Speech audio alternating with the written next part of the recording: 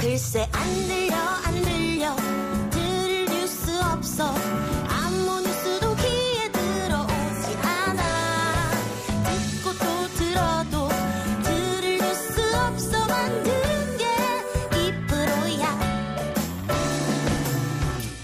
이동영의 뉴스 정면승부 YTN 라디오 이동영의 뉴스 정면승부 3부 시작합니다.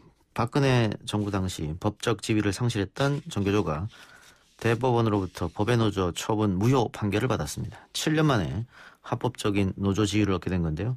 그동안 정교조 법의 노조 취소를 촉구해온 시민사회 원로 이야기 들어보겠습니다. 징검다리 교육공동체 광노현 이사장 연결합니다. 이사장님. 네, 안녕하세요. 네. 예. 자, 우선 오늘 대법원의 판결 어떻게 보셨습니까? 예. 일단 환영하죠. 예. 그렇지만 만시지탄이고 예. 또 사필 규정이다 이렇게 생각을 하는데요. 예. 사실 박근혜 정권의 첫 번째 대형 국가 폭력이었습니다. 예. 6만 조합원이 건재하고 있었던 정교조를 팩스 한 장 보내서 해산한 거나 마찬가지거든요. 예. 결국 오늘은 대법원이 그것이 국가폭력이었다는 것을, 그러니까 반헌법적이고 위법한 행정처분이었다는 것을 확인해 준 날이거든요. 예. 팩스 한 장 보냈다고 하셨는데, 네. 당시 박근혜 정부가 정교조를 법의 노조 통보한 이유가 해직자를 조합원으로 받아줬다. 그거지 않습니까? 네네. 예. 그 당시 어떤 일이 있었는지 잠깐 설명해 주시죠. 예, 오늘 대법원 판결에서도 나왔지만, 이, 법의 노조라는 게, 이제 실질적으로 노동조합 해산과 같다고 본 거거든요. 예. 근데 노동조합 해산이라는 건 노동상권을 박탈하는 일이니까, 이걸 하려면 반드시 법률의 규정이나 위임이 있어야 되는데, 예. 이걸 이제 전문 용어로 이른바 법률 유보 원칙이라고 그래요. 예. 그래서 이 원칙에 위배되는 시행령이라는 거죠. 예. 그래서 법률이 아니라 시행령으로 행정부가 일방적으로 노조 해산한 게 잘못됐다는 거였고요. 예. 근데 그 이유를 든 것이 해직자 9명이 예.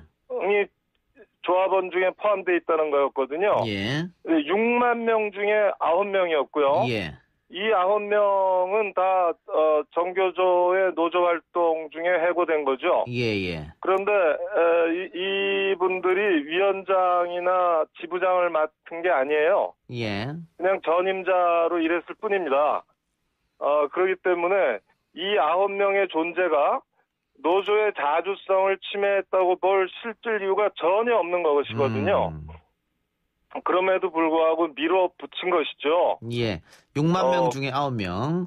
네네. 그러니까 아까 시행령이라고 말씀하셨는데 해당 시행령이 교원이 아닌 자의 가입을 허용하면 고용노동부 장관은 시정 요구를 하고 이행하지 않은 노동조합에 대해서는 법의 노조를 통보해야 된다. 이 규정이었는데 그렇죠. 지금 대법원에서는 기본권 침해는 법률에 근거해야 하기 때문에 시행령을 한 거는 부당하다 이렇게 판결한 거고요. 네. 그러니까 원천무효라고 한 거예요. 어떻게 보면 대법원의 판결은 가장 근본을 친 겁니다. 예. 모든 행정처분에는 법적 근거가 필요하잖아요. 예. 근데 그 법적 근거는 헌법상의 법률 유보 원칙 때문에 반드시 법률의 근거가 있어야 된다. 예. 그런데 이것은 이 시행령의 조항은 법률에 규정이 있는 것도 아니고 위임이 있는 것도 아니다. 따라서 원천무효다 이렇게 얘기한 거란 말이에요. 예. 그러니까 6만 명 중에 9명의 문제였는데 이것을 아예 노조를 해산시키는 쪽으로 갔다고 하면 거기다가 이게 박근혜 정권 때 사법농단 과정에서 재판 거래의 대상이 되었다. 이게 나중에 드러났고 그렇죠. 그렇다면은 정치적 사건이었다 이렇게 볼 수 있겠는데 박근혜 정부에서는 왜 이렇게 정교조를 한쪽으로 밀어붙였을까요? 기억하시겠습니다만, 박근혜 그러니까 박근혜 전 대통령이 대선 당시에 말이죠. 예. 정교조를 앞산을 붉게 물들인 해충이다. 이렇게 비유한 거, 기억하실 거예요. 예. 사실은 박근혜 전 대통령의 아버지가 박정희 아닙니까? 예. 이 양반은 5.16 군사 쿠데타 직후에 교원노조를 해산했어요. 예. 그리고 52년 만에 또 박근혜 그 딸 박근혜 대통령이 정교조를 실질적으로 해산한 거나 마찬가지거든요. 예.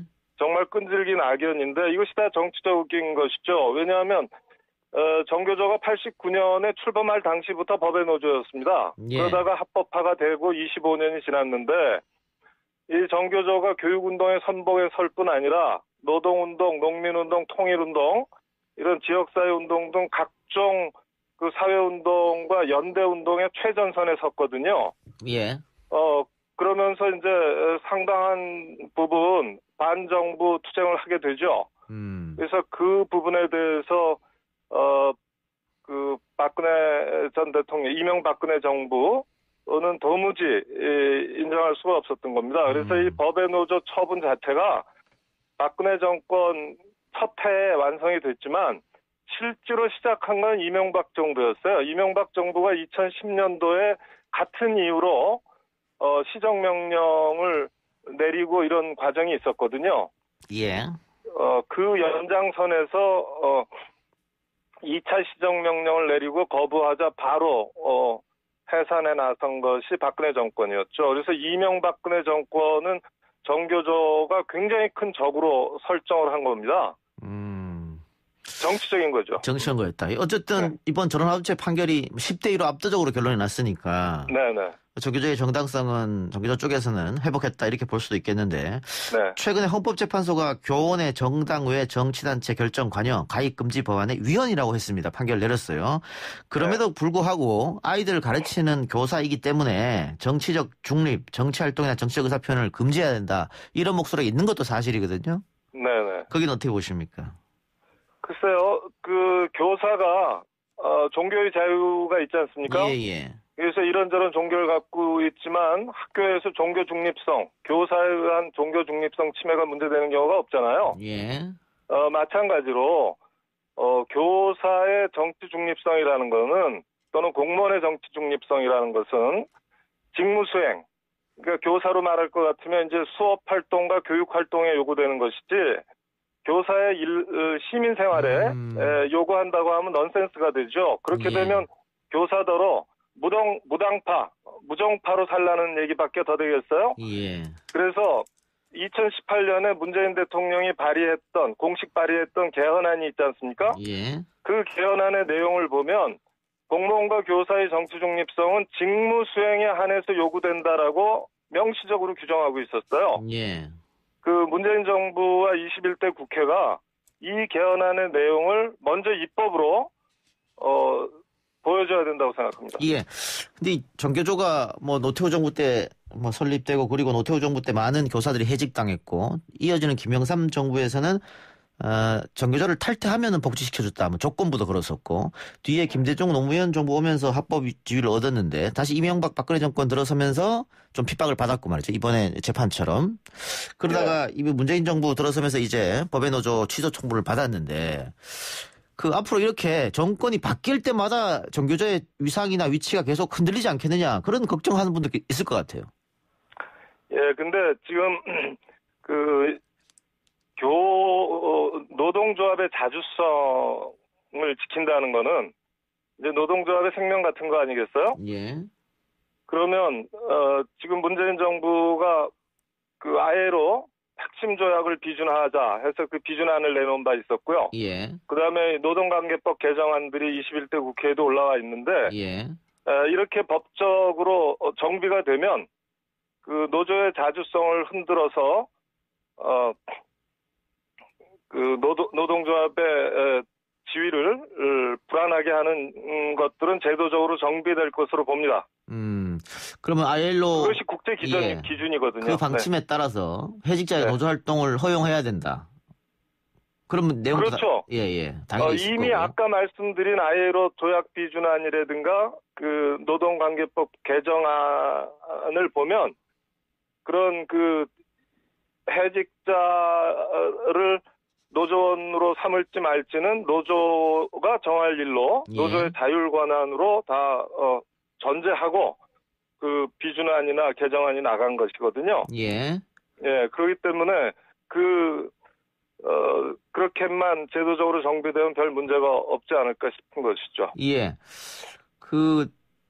지난 정권 때 학교 미복귀를 이유로 직권 면직된 전임자들 이분들은 네. 앞으로 어떻게 됩니까? 교단에 복귀하는 겁니까? 그렇죠. 지금 그 법의 노조 통과와 함께 이제 전임자 취소가 됐지 않습니까? 예. 그러니까 그 전임 활동을 안 하고서 노조를 할 수 없으니까 결국은 전임자들이 다 해고를 감수했어요. 예. 그러니까 해고자 복직을 해야 되겠죠? 예. 이런 것들은 당연히 따라와야 되는데요. 사실 이제 안타까운 거는 오늘 그 법의 노조 통보 처분의 효력이 정지된 게 아니에요. 예. 그래서 파기환송이 됐지 않습니까? 예. 다시 한번 해야죠. 네, 이게 굉장히 유감스러운 건데요. 사실은 파기환송하지 않고 법의 노조 왜냐면 원천무효라고 선언한 거나 마찬가지라서 그냥 취소했더라면 좋았겠다 싶은데 파기환송을 했기 때문에 앞으로 몇 개월이 또 있어야지만 취소 판결이 나올 것이고 서울고법에서 그리고 정부가 상고를 포기해야지만 확정된단 말이에요. 예, 그렇게 돼야지만 이제 국가배상 소송 같은 것이 가능하겠죠. 그러니까 지금 그 법의 노조 통보 처분으로 말미암은 불이익은 원상 회복이 돼야 되고 그 불이익뿐만 아니라 그러니까 법적 보호를 철회당한 그 부분은 원상 회복이 돼야 마땅하지만 너무나 많은 피해를 입었거든요. 예. 이 위헌적인 조치로 말미암아 그렇기 때문에 거기에 대한 국가 배상 소송도 필요하겠죠. 더군다나 지난 한 3년 4년 사이에 이 정교조 법의 노조화는 이명박근혜 정부의 국정원 관여돼 있었고 또 법원 양승태 대법원의 법원행정처 그리고 청와대까지도 다 관여됐다는 것이 드러나지 않았습니까? 예. 그래서 정권적 차원의 위헌 불법이 자행된 것은 분명하기 때문에 그 법의 노조 통보 행위 자체를 담당했던 공무원의 고유과실과 상관없이 일정한 배상이 이루어져야 된다 이렇게 생각합니다. 알겠습니다. 자, 그런데 전원합의체에서 법이 보장하는 노동상권을 본질적으로 제하겠다 이렇게 10대 1로 판결했기 때문에 뭐 파기환송에서 다시 뒤집어지기는 어렵다고 보고 다만 시간이 걸릴 것이다. 이게 좀 안타깝다 이렇게 말씀하신 것 같고요. 네네. 마지막으로 이번 판결에 대해 하고 싶은 말 있으면 하시기 바랍니다. 예, 일단 4년 반 이상을 대법원에서 계류하고 있었지 않습니까? 예. 이게 너무 긴 시간이에요. 사실 6만 교사의 노동기본권이 걸린 아주 중차대한 사안이었는데 더군다나 정권 차원의 국가폭력으로 결국은 판단이 났는데 이런 사안을 4년 반씩이나 끈 거에 대해서 대법원에서 일정한 좀 그 유감 표명이라도 본인들의 좀 그 허물을 인정하는 그런 얘기가 있지 않아서 좀 유감스러웠고요. 아까 말씀드린 것처럼 파기환송한 것도 유감스러운데 서울고법이 신속하게 파기환송심을 열어서 취소 판결을 내리고 정부가 바로 상고 취하를 함으로써 이 효력이 확정돼서 정교조의 법적 지위가 안정되기를 그리고 그 힘으로 정교조가 교육 정책에 매진할 수 있도록 기대하는 마음이 큽니다. 네. 알겠습니다. 이사님 오늘 인터뷰 고맙습니다. 네, 감사합니다. 지금까지 강노현 진검다리 교육공동체 이사장이었습니다.